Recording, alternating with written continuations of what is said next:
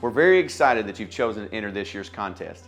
You do not need to be a professional filmmaker, but there are a few tips you should keep in mind to make sure your video can stand up against the competition. First, make sure you know your content. Before beginning to create a video, spend a little time doing research on this year's theme. The more you know about the content, the better the quality of video will be.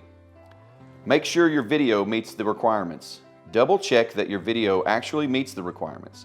Does it sync with the contest theme? Does the video meet the time requirement? Not too short and not too long.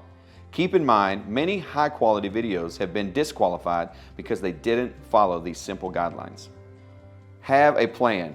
It can be hard not to jump in and start filming right away, but it's in your best interest to plan out what you are going to film first. A storyline, or storyboard as we call it in the filmmaking business, will help keep things making sense and on track. Check your video for errors. If your video has bad audio, misspelling in its text copy, or other errors, you're not likely to overtake the competition.